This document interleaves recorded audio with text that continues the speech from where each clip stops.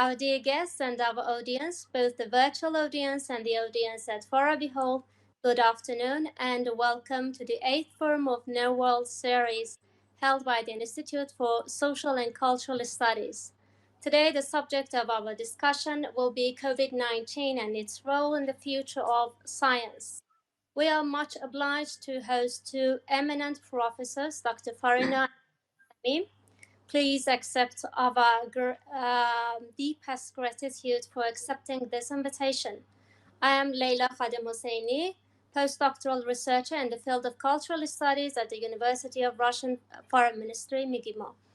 I am acknowledged to lead today's meeting. I'd like to express my appreciation for efforts of the head of the Institute, Dr. Golomi, for paving the way for scholarly interactions between Iranian and foreign scholars. Before we get started, I'd like to introduce our dear lecturer, Dr. Mirko Farina, Associate Professor of Philosophy and Computer Science at Innopolis University. He obtained his PhD from Sydney, MPHA, MSA, and BA from Milan. He is the head of Human Machine Interaction Lab at University. He is a member of the Association for Computing Machinery, an honorary member of the Lab for Industrializing Software Production and the Faculty of Computer Science and Engineering at Innopolis University, an expert member of the UNESCO Inclusive Policy Lab, and contributing member of the Astana Club.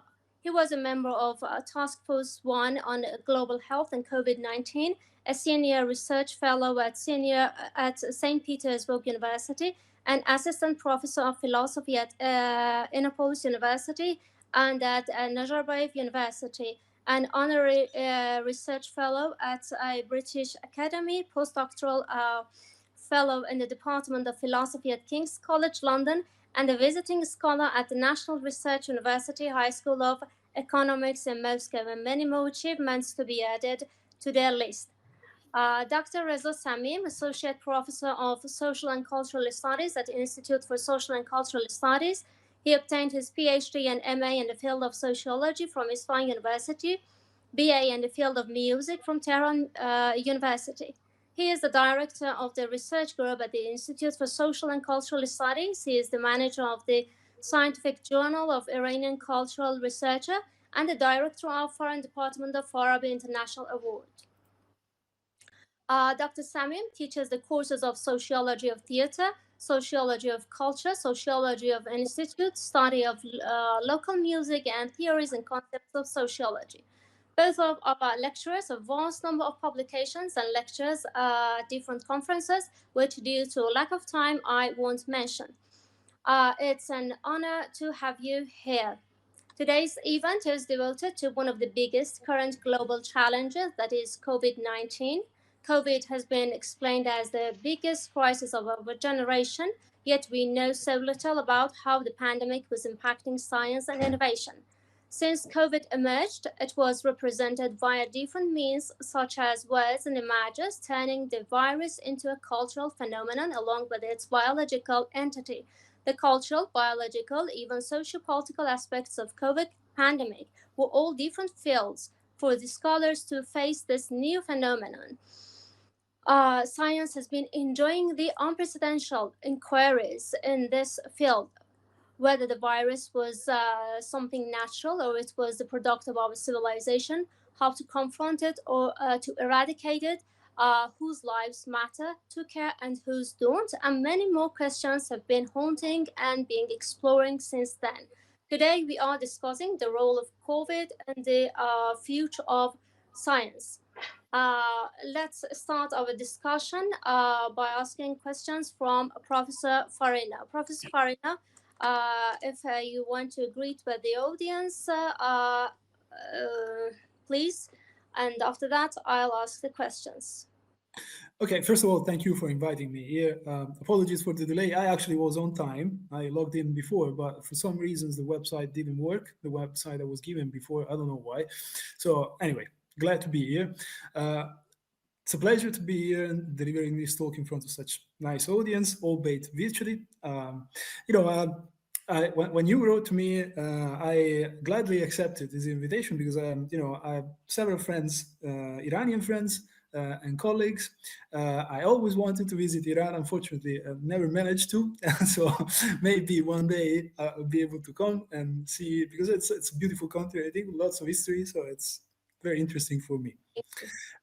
So it's nice to be here. Thank you. Thank you. Pleasure is ours. Thank you for being here. For the first question, do you agree that the COVID-19 pandemic has disrupted the previous mindset about the power and hegemony of science, providing that unlike all scientific and technological advances, mankind is extremely weak and vulnerable to natural and unnatural events? Now, this is an interesting question. I think that, well, yes, I think it certainly reminded us how weak as humans are and how powerful nature ultimately is. You know? So the idea that mankind, humanity, you know, through the development of, say, techne, be in the form of scientific or technical advances, is somehow superior to nature. I think it's just laughable, you know. We are just guests on this planet, and certainly we can shape it and mold it to an extent, to a great extent, perhaps to the greatest extent that you know, that any creature that ever existed can do. But nevertheless, science is ultimately our product, so it suffers from our biases. And while it is certainly important, I think that well, nature is greater than us all. So, so I believe that we should be rediscovering nature, and living in harmony with it. Now, of course, this is an old adagio. I'm not the first one that says this. There's a long tradition in philosophy, Chinese philosophy, European philosophy, and I presume also Arabic philosophy or Middle East philosophy in general that says this. But I think that's very true because, especially because we are seeing recently a lot of diseases that, you know, are somehow caused by our arbitrary alteration of the natural environment. So I think that there is nothing wrong in returning to nature. Of course, saying that does not mean this does not amount to say that science and technology are not important or they should be stopped. No, I'm not a Luddite. I don't think no one is. I'm a scientist as well. But I just think that their development should be oriented towards human flourishing, so towards moral and social good. Uh, Whatever that is, that remains a philosophical question to define. And I'm happy to talk about this if you would like. So it sounds that while you believe that nature needs to be rediscovered, and or in the words of Adorno, to Yeah, I think the bottom line is that one because, you know, especially in the context of you know, be in medicine. alignment and align, uh, right? I could hear just part of what you said because I think the connection is Was faltering for me, somehow. same for me Yes. while you were discussing the answer. I got disconnected. These were just what I got. That while the nature is still awesome for us, we need science. However, the science development should be in an alignment with human moralities and ethics. Did I? Yes. Mhm. Thank Yes. you. So then there is the question of defining what is the best morality that we should aiming for. That's a big question, and that's another question. It is, of course. Dr. Samim, in case you want to add some comments to Professor Farina's words, please. Otherwise, we'll head to the second question. Um, okay. I would like to say hello to our guest from Russia. I'm so happy to be among you, Ms. Khadem and Professor Mirko. Your Professor answer is so amazing for me. He said we should rediscover the nature, yes, because of this crisis. I would like to hear more about this argument. What does it mean rediscovering the nature according to this crisis? Thank you so much. Yeah, well, that's a difficult question. I'm not sure I can properly answer it, but I think that the whole idea is that, our the way I see it, our system works on artificial things. The economy in the world, today's world works on artificial things. Yeah. Um, so I think that we have reached a point where the system is unsustainable, where the system has been driven by capitalism, rampant capitalism, driven for profits, and this has caused a lot of problems to society. And it's still causing them. And I think COVID-19 is just perhaps just a way of nature to remind us how weak we are in the end and how powerful nature is ultimately. So yes, I think that it's a warning, a sign for us to change the course of our development, to try to be more attuned to nature, to live in accordance to the values and that have been there for thousands of years, that we have so aggressively somehow changed in the last 200 years, and especially we are changing now in all spheres. Okay. Can I ask another question, Ms. Khadem? Of course, yes, why Okay. not? In this crisis, COVID-19, related to modern science or capitalism, what is the relationship between modern science and capitalism? It's so important for me because, in my opinion, we have a lot of differences between two. Okay, thank you. I mean, that there is an idea of science which is perfect, and amazing, and it's open and it's collaborative in character. And there is the actual science, which is made by humans. Humans are far from being perfect. Humans are ridden with biases. Humans are subject to governments. They are, subject to all sorts of things. Unfortunately, especially I think in the last 2 decades, science has become like because it's heavily funded. Because academics are looking for money, and so they are ready to bargain their value in order to get returns. And of course, corporations have a lot of money, and they can buy scientists. And there is evidence for this. And in the 60s and 70s, there were many scientists that were bought by companies to defend claims that today we would not defend. For instance, the cigarettes, that smoking didn't cause harm, or that sugar was not harmful. So this sort of thing. So yes, I think there is an overlapping between science and capitalism, which is bad for science and for us all. Thank you so much. Thank you, Dr. Sam. May I ask you one more question, Dr. Farina? What I got from your words, I suppose you firmly believe that COVID virus was a product of nature, was something nature rather than being um, uh, productive of a civilization as the way to enlightenment, as what is produced in our laboratories, some believed. Now, this is a difficult question, so I cannot commit firmly to any of these claims because I do not have evidence. I'm a scientist, so when I reason, I try to ground my opinion on evidence. I do not have evidence for either of these claims. Now, I know that, during the pandemic, there were certain gossips, rumors that were spread intentionally or unintentionally, perhaps, by certain states, certain political figures. I won't mention them here for decency, but we all know who they are.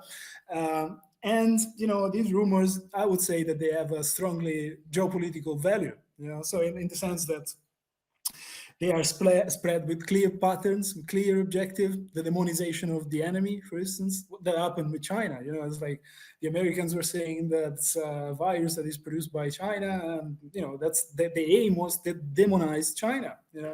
So I think since we do not have any evidence of this, clearly available evidence, we should simply suspend our judgment and not give up to any sort of crazy theory or I don't know, ungrounded statements.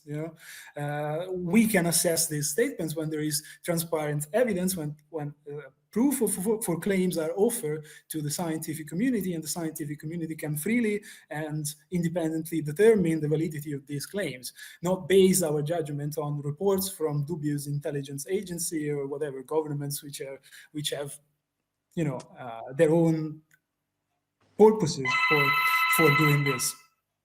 I'm sorry, someone is ringing my doorbell. So yeah, I think that yes, we shouldn't be giving up on these ideas. We should kind of evaluate statements as they are. Now, it is also true, and this is true, that mankind's position on the world and humanity position on the planet is unsustainable. Yeah? So this is there is an exponential growth population in the face of a limited resource of available. Yeah, this is a well-known mathematical problem. It dates back to 200 years ago to Malthus and Verhulst. It was studied extensively. In biology, there is a field, it's called mathematical biology, which studies population dynamics. So that is concerned specifically to finding solutions to this problem, the overpopulation of our planet. So certainly the problem is there, but saying this, it doesn't necessarily mean that we should buy into conspiracy theory or all sorts of weird statements that are unproven. So it might be that the world's elite is kind of managing us and wants to reduce the world's population. It could be, I don't know, but I do not have evidence for this. So in the absence of clear evidence for this, I would say we should look at the most reasonable option, which I think following Occam razor or Russell's inference, the best explanation is the fact that it's a natural thing that arose because perhaps our bad behavior, which I think is something reasonable. Our disrespect for nature, at least. Mm-hmm. Thank you so much. As I got, we can summarize your words that since there is no such a transparent evidence about the way it emerged, we'd better suspend our judgments. And I myself can say that based on your words, I can conclude that sociologists and scholars in the field of humanities, they might confirm that this is a product of our civilization, so that they can use it for many different political and geopolitical purposes, even biopolitical purposes. And on the other hand, the scientists can bracket all these biases, all these judgments, and say that this is just a scientific phenomenon, and scientists are facing it to solve the problem. Correct? Yeah. I mean, the fact. I mean, again, dichotomy are a bit of a idealization. Scientists. They should be doing this job, but often scientists do not do this job of carefully assessing evidence. They give up to emotions as well because they're humans. So it's a very difficult job in the end for everyone involved. So better to bracket all those biases and confront unbiased. For the second, thank you, Dr. Farina. For the second question, Dr. Samim, how much can the huge and global incident of COVID-19 be attributed to unethical uses of science and technology? Some even claim that the spread of the coronavirus was intentional and its purpose was to reduce the world's population. Do you think the claim had enough documents in this field where these words these words was just a result of their illusions? Thank you. Okay. I would like, before my answer, I would like to ask a question about Professor Mirko's answer. If we assume that the virus is made by laboratories, intentional, should we doubt the legitimacy of modern science? It related to legitimacy of modern science, or it related to some evil intentions of human? And thank you so much. Yeah, I don't think that it affects science, because if we go along this path, then we should have given up science long ago when we first developed bombs, atomic bombs, even. So I don't think that, in science there is good and bad. It's just the way we use it that it matters, So, and this is especially true right now. We are, think about artificial intelligence. I work in computer science. There is the promise of um, autonomous weapon system. They can be very, very dangerous, so, but again, it depends on how we use them, on how we regulate their usage. That matters. It's a science per se. I don't think that it has a value. The value is attributed by humans that use science for their purposes, which can be good or bad, Ms. Khadem, I have to answer the question number 2. Yes, please. And what about number 1? Because this is so interesting for me. The question was, how much can the huge and global incident of COVID-19 be attributed to unethical uses of science and technology? That's Yes. your first. I want to answer in a short sentences, because this question is interesting. But I'm a sociologist, and the answering for this question needs to have some speciality in ethical issues, etc. But yes, I agree.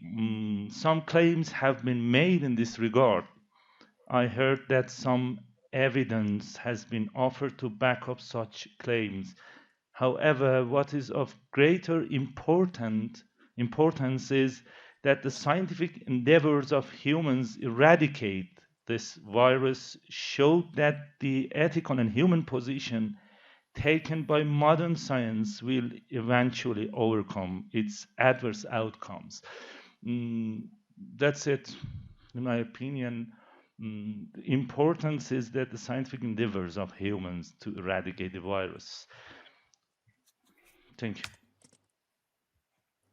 So you signify the importance of scientific efforts to eradicate the virus. Yes. It is What about important than the reality about some. than how it is emerged? Yes. Maybe we can refer to the replies of Professor Farina. That's now that we don't have any kind of transparent documents, we'd better sustain any kind of judgment. And according to your words, we'd better just confront the virus, and scientists better try to eradicate it, rather get obsessed with the way that it emerged. In my opinion, discussing about the reality of how this virus distributed around the world is a political issue. But in science, scientists, in my opinion, based on modern ethical values, try to eliminate this virus and try to help human beings. And we have two different fields of discussion in this regard. So any kind of discussion about the way that the virus appears sounds absurd. Yes. Am I true? What about you, Dr. Farina? Well, I don't think it is. I don't think that he meant that it was absurd. I think it's important for epistemological reasons, for all sorts of reasons. Sociological issues. But once we get it, then it's better. I think that he meant that once we get into that, we should be just focusing on that and leave those discussions about the origins for later, when we dealt with the virus. I think that's the reasonable approach, maybe. Thank you. Any more? Allowing also some historical distance, from the fact to better assess the event. Any more comments to be added, Dr. Samim? No, thank you. Thank you. Now another question, Professor Farina. Uh, despite the damage caused to the world by COVID-19, especially near 7 million cases of the disease, it is claimed that finally science and technology saved mankind with the development of vaccine. Do you agree with such a claim? How do you assess the saving role of science and technology in this field? Please. Well, let's say that vaccines have a very long history. Yeah, so the issue of vaccination dates back to Jenner, to Pepys. That goes to 250 years ago. Yeah. Now the idea is per se is fantastic. So you inoculate something, a virus, which is less deadly than the original version into a body, so that when the same body encounters that virus, it has immunity. It's per se, it's a very good idea. And it works. It works fantastically. Of course, we know the work of Pasteur, of Koch, after Jenner. We also know that there has been some resistance to vaccinations in general, the anti-vaccination movement. Yeah. Now we don't need to assess these two movements, who is right and who is wrong. Each might have some reasons, although I personally kind of favor those that are for vaccination, at least in general terms. And there are specific cases in which it might be controversial, but in general, I think vaccination has proven to be very effective for mankind. But the crucial point here to emphasize, perhaps, is the political dimension of the vaccines. This has always been political. Think about Napoleon. Napoleon had his whole army vaccinated with Jenner vaccine against smallpoxes, despite he was at war with England. England was, the country of Jenner. Think about Pasteur himself and the French scientists ignore and deliberately undermined research on vaccination carried out by the German colleagues. And German colleagues did the same with the French colleagues. And that was against the backdrop of the hostility between France and Germany at that time. Think about Cold War. East and West, so to speak, battled for the best vaccination campaign. East Germany offered comprehensive development aid, vaccination aid to the West, where in the West, polio at the time, where polio was not yet eradicated from the West, was a big problem. We have seen this politicization, so to speak, of vaccination, of vaccine, also in the COVID pandemic, where three major blocks kind of emerged. The Western, led by the US, the Russian, and the Chinese, with three different types of vaccines. And so politics and vaccination go hand in hand. Now, while there was some kind of collaboration within each of these blocks, each block was kind of secluded, again, for geopolitical reasons.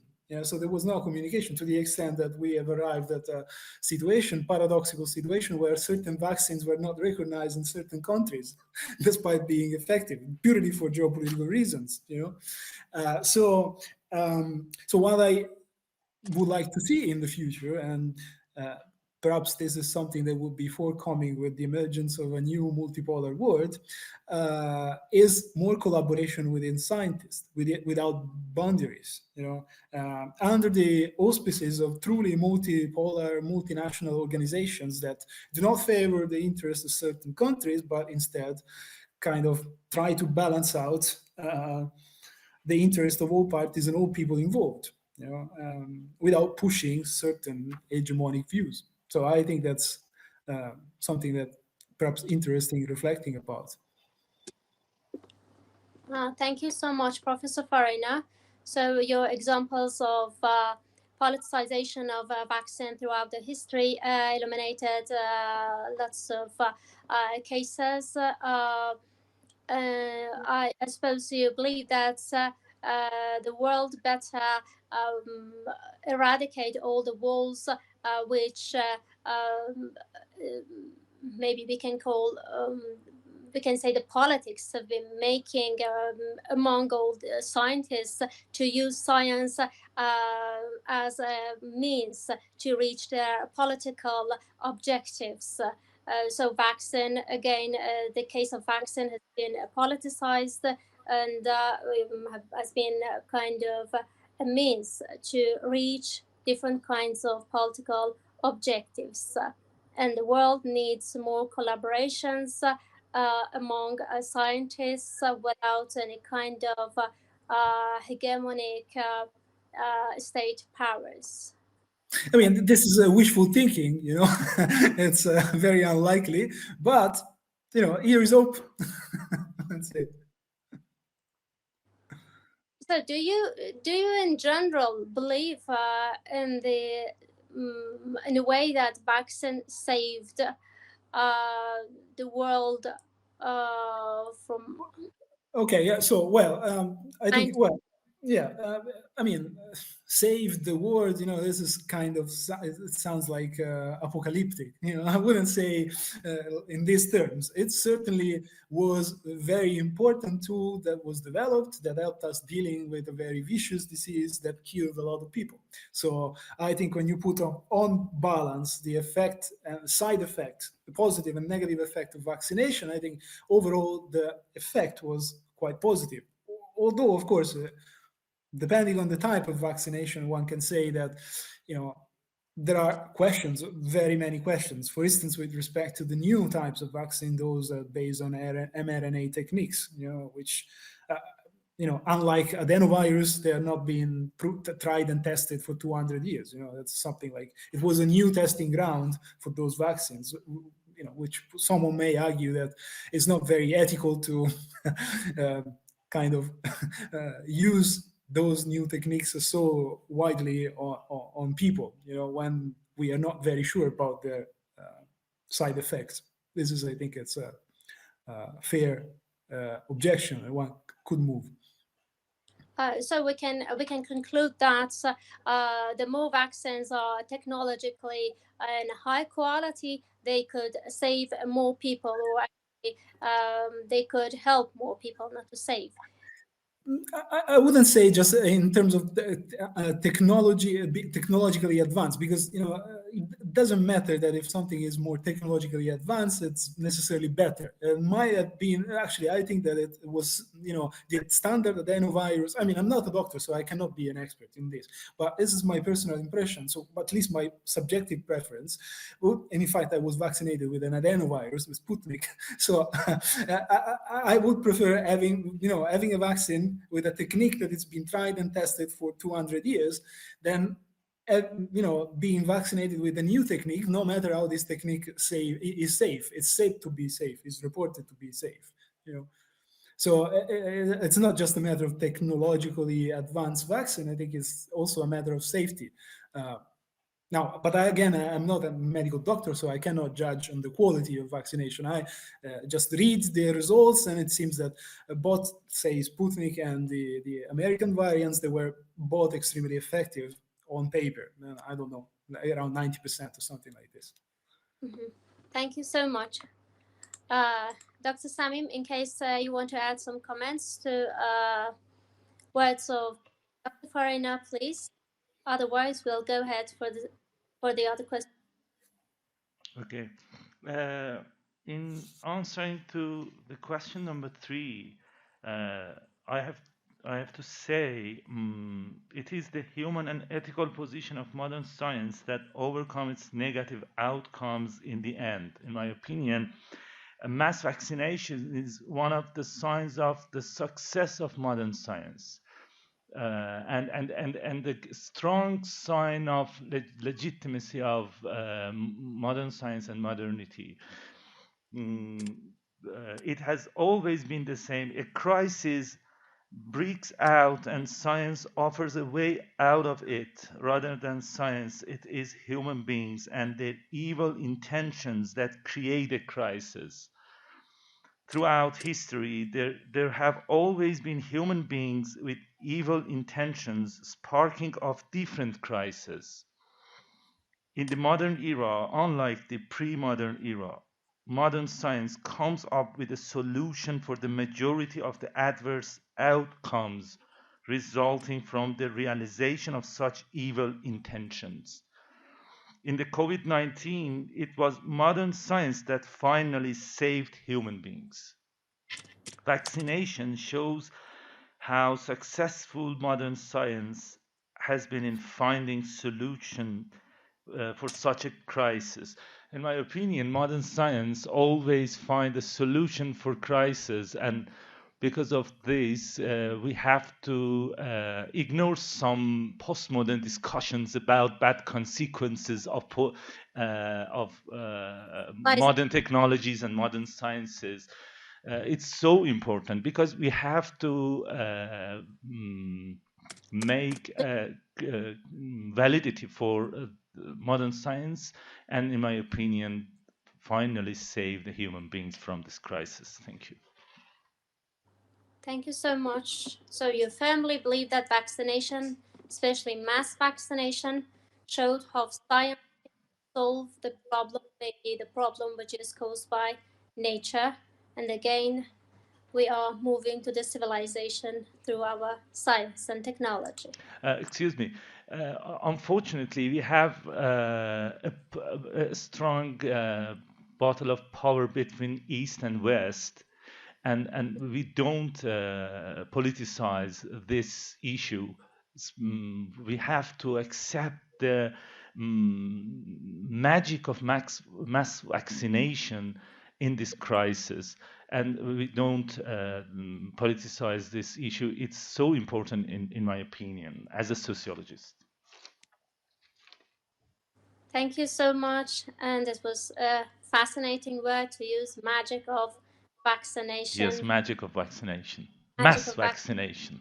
mass vaccination, and how you firmly believe in vaccination. Thank you so much. So another question from Dr. Samim. I suppose you answered this question. In the case of the vaccine field, the countries that produced the vaccine showed injustices in the distribution of the vaccine in the world, while the scientific achievements are supposed to be linear, evolutionary, and the open and hidden synergy of the world. How do you evaluate this contradiction? Okay. I accept a huge discriminatory in this field, but the discriminatory distribution of vaccine has nothing to do with modern science. It is mainly the result of a discriminatory structure in the global economic relations. The global economic relations are discriminatory because there are countries, human beings, and relations that want to turn modern scientific products into a tool to gain political and economic power. Instrumental attitude toward modern science is in contrast with modern science ideal of saving human beings from national evils. The prevalence of the instrumental attitude indicates indicates human beings' dissociation from modern ethical values. As we know, the problem of the discriminatory distribution of vaccines in the world was solved through the intervention of some international civil societies and non-governmental organizations, which shows that modern ethical values and ideals have been eventually upheld. In my opinion, the role of civil societies and non-governmental organizations around the world is so important to cope with any discriminatory structure of distribution of vaccine in the world. Thank you. Thank you so much. So, while believing in the discriminatory nature of distribution of vaccine, you confirmed the way that non-government societies helped to address the problem of this discriminatory distribution. Yes. Dr. In case you have some words to add, please. Otherwise, yeah, I can follow up on this. I think I largely agree. I think that we observe two types of discrimination in the allocation of vaccine. The first is, again, geopolitical. Second is national, within certain countries at least. So I'll try to explain what I mean. First, the geopolitical one. So if you look at vaccines developed by the West, Moderna and Pfizer. Yeah. So the cost per dose was over $30 for each vaccine. To undertake a full campaign, vaccination campaign, it means that an individual should, the state on behalf of the individual should spend $100. Yeah. That's quite expensive, that united with the fact that those vaccines, because of the particular technique that they were using, required specific refrigerators, which kept temperature very low to preserve their effectiveness. Refrigerators which were very costly. Immediately, basically, cut out from the distribution of this vaccine developing countries, country in Africa, for instance. So this means that those corporations, Pfizer and Moderna, developed those vaccines with a certain public in mind. That was the wealthy Westerniers. Yeah. And they displayed total non-care for the rest of the people. Yeah, and that I think is significantly bad. It tells you a lot about the ethics of these corporations. Yeah, there were alternative projects. AstraZeneca, for instance, which was adenovirus, and Sputnik, and the Chinese version, I don't remember the name now, which were very, very cheap. They were like $7 or $8 per dose. So significantly lower price than the others, and did not require such a heavy logistical chain to be preserved. And this vaccine enjoyed more success in developing countries.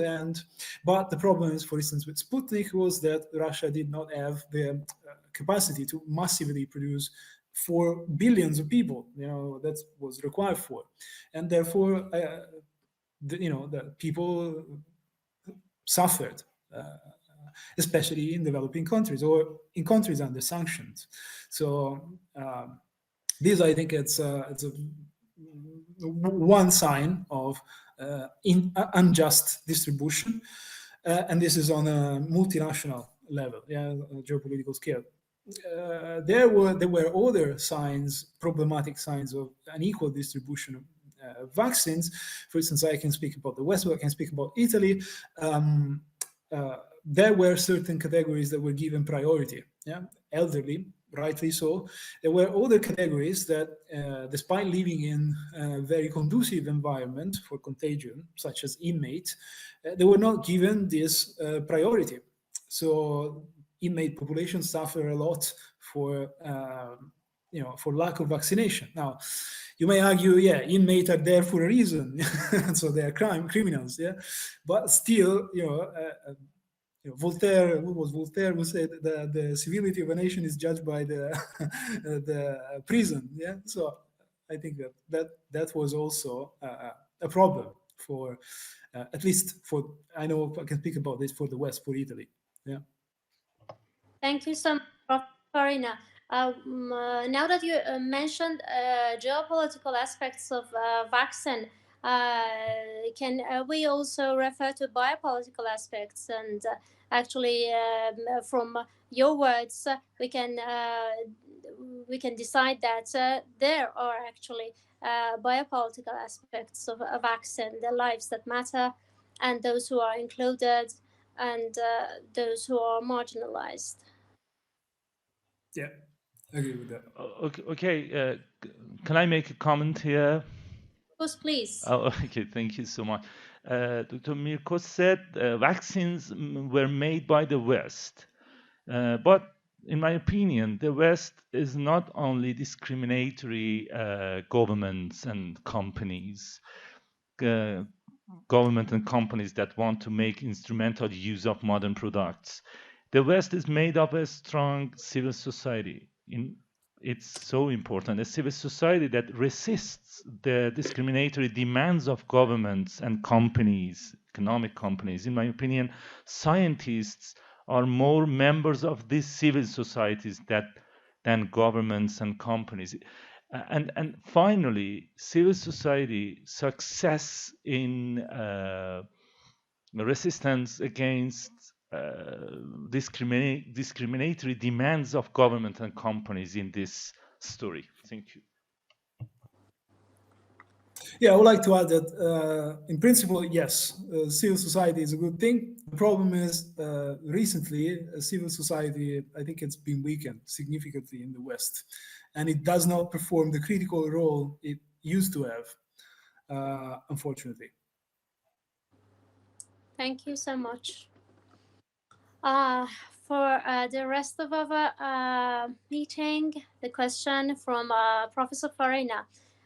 Countries like Iran, which were under such harsh sanctions, ventured into the vaccine field themselves. Of course, you know that vaccine production requires high scientific and technological abilities. Do you think this achievement can mark the beginning of the emergence of new scientific power from the southern region and break the monopolies in the use of scientific and technological achievements? Thank you. Yes, I think it will. So, as you mentioned, there were several countries that were under sanction, and not only Iran. Think about Cuba. Cuba has been under sanction for 50, 60 years now, and they're very strong in medicine, and they were forced to develop the vaccine on their own. They were successful ultimately because they had the technical know-how and infrastructure, the required infrastructure to produce the vaccine. But think also about countries that do not have this technological know-how and infrastructure and all that. Think about countries that have been destroyed by the West. Think about Libya. Think about Iraq. Think about Syria. Think about Venezuela. Those countries were not given access to vaccination at all. I think this was a shame. Me being citizens of the West, I think that I was ashamed of that kind of behavior. And again, I can understand the geopolitical goals behind it. The certain politicians use the vaccines leverage, to kind of how to say to generate some. Possibly through the suffering of people, disagreements towards potentially hostile governments. Yeah. And I think this is a cynic practice that, of course, is as old as humans. Everyone does it, but it was particularly bad. But looking back at in perspective and perhaps assessing it by looking at the silver lining, I think that was the last nail, or maybe the first nail on the coffin of the unipolar world. In the sense that it signaled that kind of practice and behavior probably to many countries around the world, the necessity, the need to move from a rule-based order towards where there is one single power that determines the view of all the states and people to a multipolar world, to a UN-based world, where the interests of people are taken into consideration. So I think that, to answer your question, history is more powerful than any states, and historical changes are unstoppable. So it might take a few years, but I think that the Global South will rise and will set on a journey, and I have confidence in this, that will provide a better, fairer, and more just model for the economic development, not only economic, but also scientific, across the globe. And the reason why I'm optimistic is because the Global South has suffered these kind of practices for the last at least 30, 40, 50 years. So they know what it means. You know what it means. So I'm confident that because you know it, you will not do it again. Thank you so much. So based on what you said, I can conclude that you mean unlike the harsh sanctions, they has manifested their efforts to to even show that there can be more than one single power, and even maybe we can have the chance to change that global system, that there is no just single power. Not only there can be, but there will be, Mhm. Thank you so much. and there should be, in my opinion.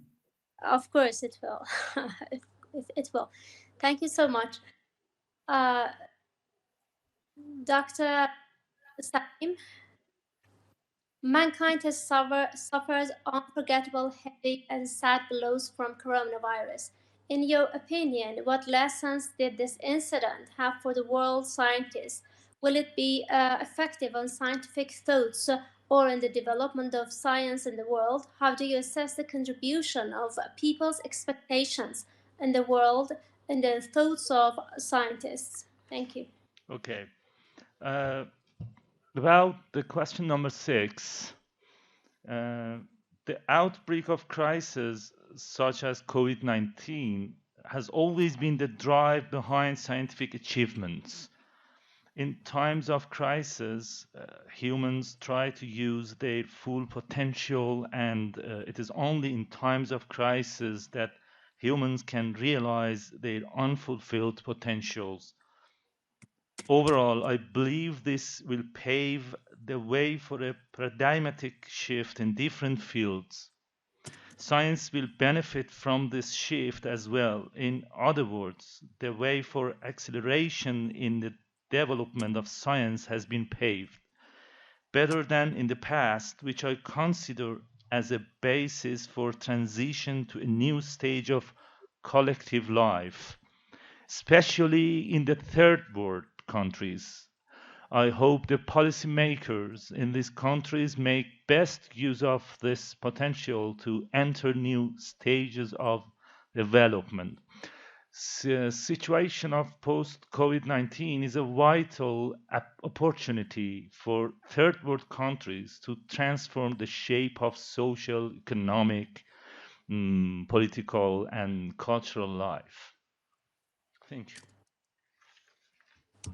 Thank you so much, Dr. Samim, and mentioning different potentials of COVID virus and the way that it can shape new social and cultural relations in the time of a crisis, which people can fulfill their potentials. Dr. Farina, in case you have some comments to add, please. No, Otherwise, I agree. thank you so much. And now your question. Which areas of science and technology do you think will be affected by COVID-19?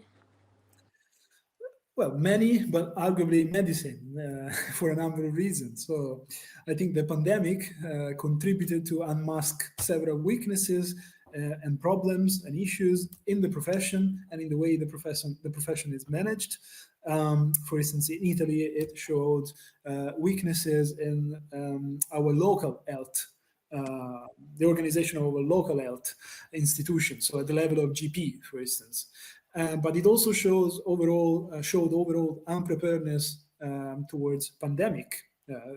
We were not prepared. We did not have a pandemic preparedness plan for this event, despite the World Health Organization, after the first SARS-CoV pandemic in 2004, 2005, requested all members of the WHO to prepare such plans. Now, such plans were prepared, but then they were not renewed for lack of funds or for other reasons.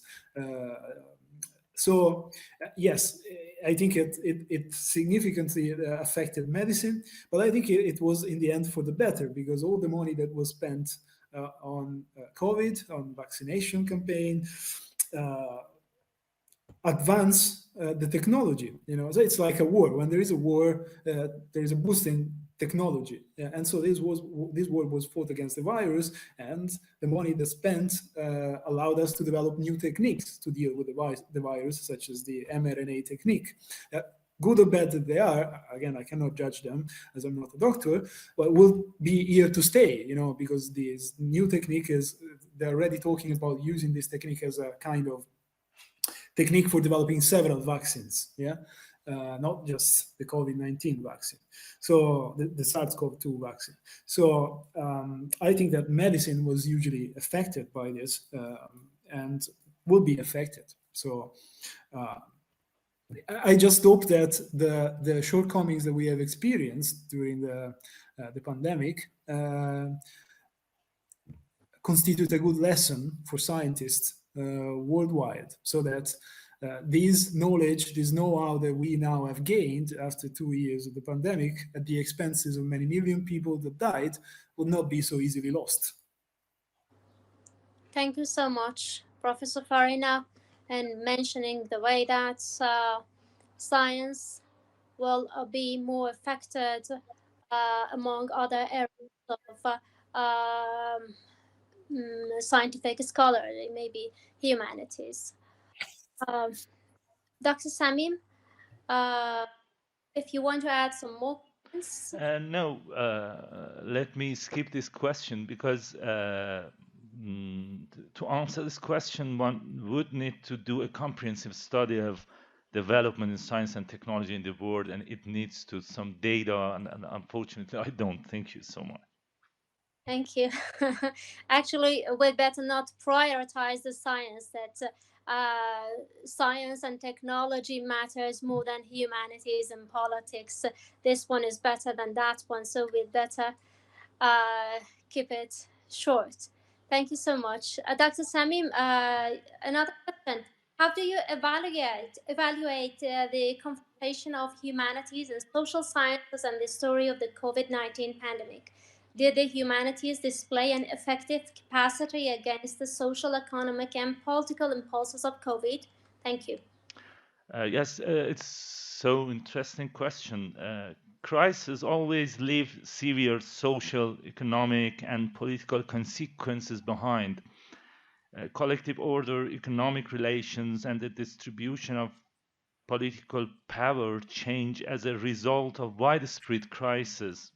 The mission of social science and the humanities in general is to conceptualize these changes. Numerous articles have been published all over the world in which scholars have tried to explain these changes.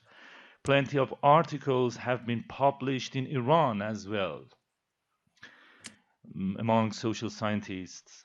In the Institute for Social and Cultural Studies, we have tried to study the transformative effects of this crisis on education, because the Institute is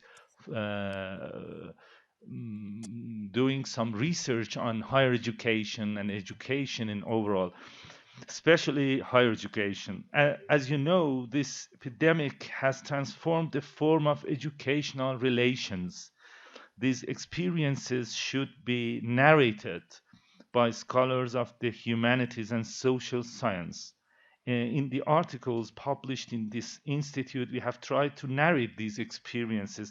You can find these kinds of publications in the library of the institute, but I have one of these in the Journal of University Studies published by the Institute. Number one, we have one interesting topic about these experiences in the situation of pandemic. The title of the article is Freedom of Expression in Academia in Iran. And the article wants to study the use of internet for education in pandemic, and concludes the use of the internet for education has limited freedom of expression. And it's so interesting because some opinions believe use of internet help to extend freedom of expression, but in this study and in these kinds of studies conclude another result. Thank you so much. Thank you so much, Dr. Samim, for mentioning different publications in the field of COVID virus and relation to humanities.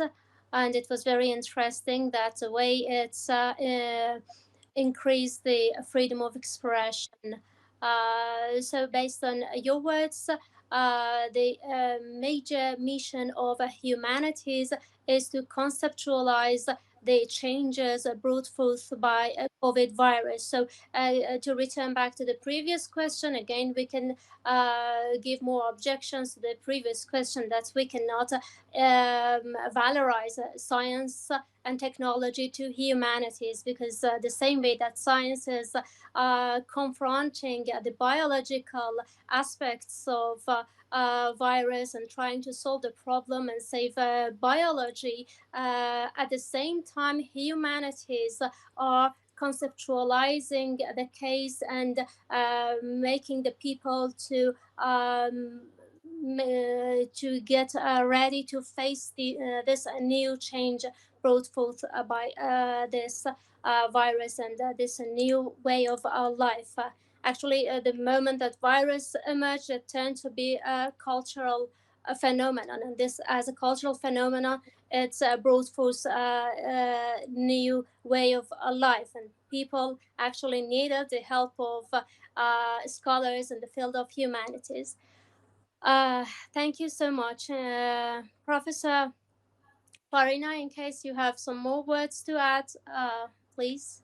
Yeah, maybe I can add something. I can make a brief comment on the role of humanities. I think that during the pandemic there were two types of arrogance that were displayed. On one hand, the arrogance of scientists, yeah, that just because they were experts in the field, they felt the on the grounds of such expertise to dismiss all these people's opinion, feelings, emotions, and whatever that was. Yeah, I think that caused tension in society. Yeah, especially when because I get scientists use this because they are they work in aseptic environments where epistemic neutrality is all that matters, yeah? Objectivity, so to speak. But when you try to translate this from academia, which is a pretty aseptic environment, to society, which is far more complicated, then the translation doesn't go always smoothly. And in fact, it didn't go smoothly. A lot of people were unhappy about recommendation by scientists. So on the one hand, I think there was this kind of arrogance of scientists pushing their view, which might have been grounded academically, scientifically, over society, over people. And I think that one of the lessons that scientists should learn is to be more humble, more open to dialogue, yeah, and to persuade people on at different level with different means.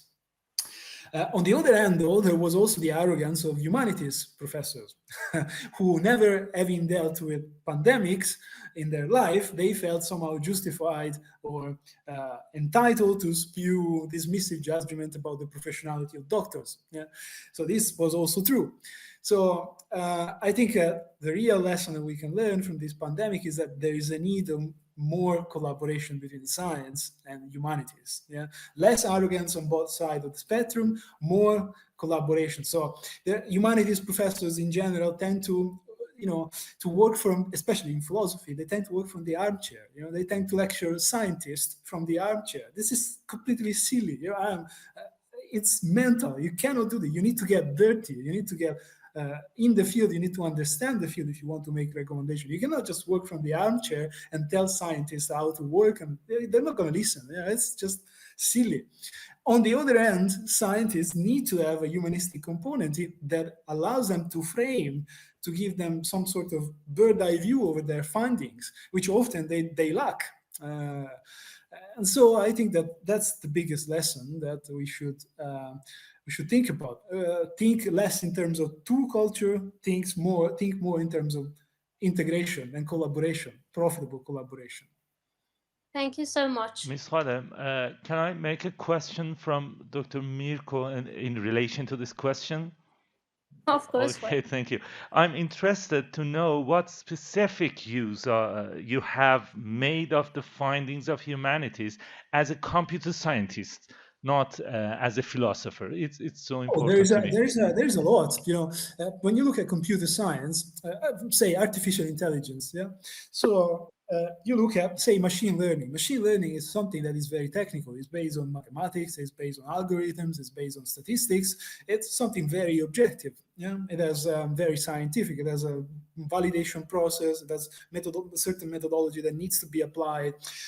But when you look at the work of most scientists on machine learning, they focus on specific application of machine learning without getting, for instance, a picture about the significance, the relevance, the potential impact of those algorithms that they developed in real society. For instance, to give you an example, you can develop certain algorithm in machine learning that favor different hirings, that optimize hirings procedures, in management, for instance. Or you can apply this algorithm in the criminal court, in justice.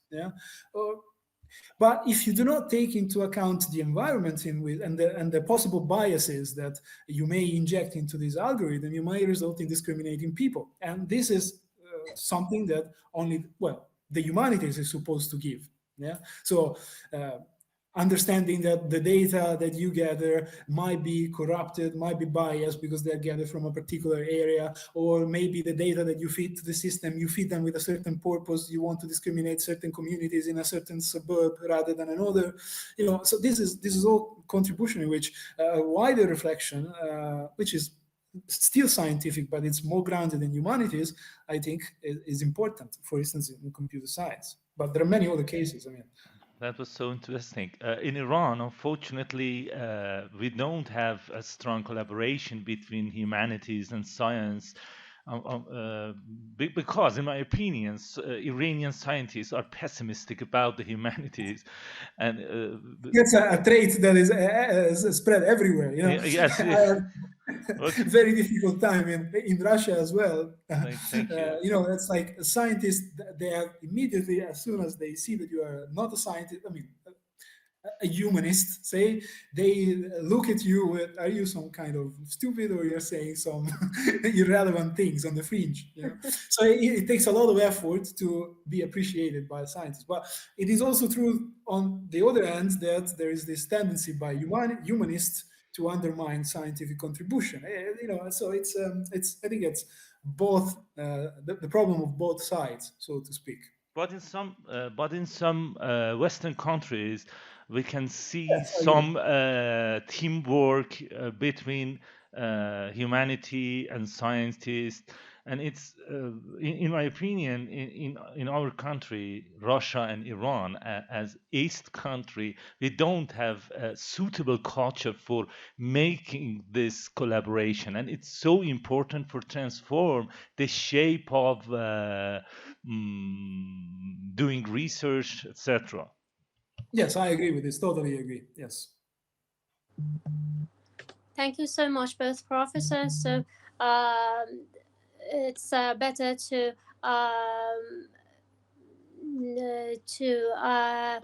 avoid any kind of barriers between science and include humanities inside the science, and welcome any kind of collaborations between technology.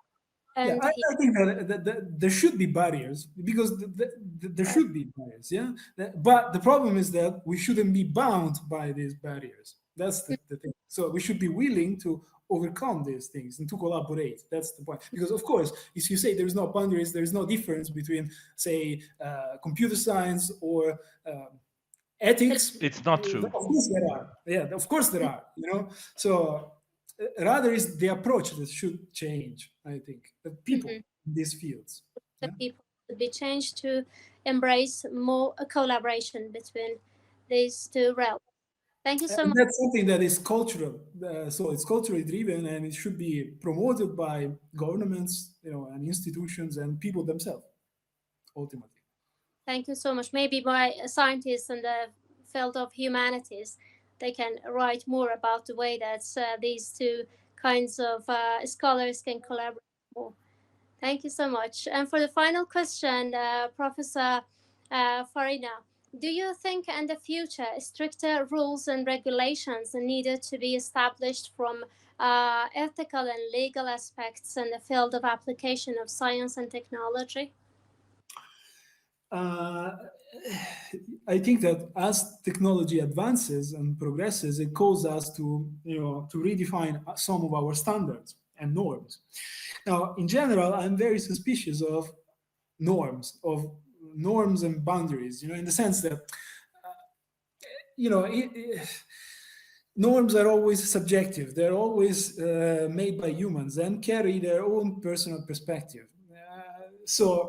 Who establishes what is fake news? What is a fake news? It's not so easy. It's easy in the ideal world, but in the real world, it's very complicated. So having, as Harvard did recently, a web page with sites that, according to them, are promoting fake news, well, it's very, very dangerous in my view. As any kind of censorship or any kind of categorization into good and bad. So for this reason, I'm very skeptical of norms in general, the application of norm to science and to knowledge in general.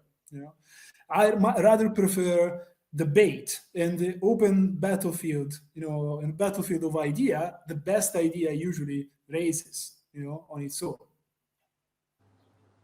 But of course, there is a need of some regulation somehow in certain aspects of the science, of the discipline. So let's not be naive about it either.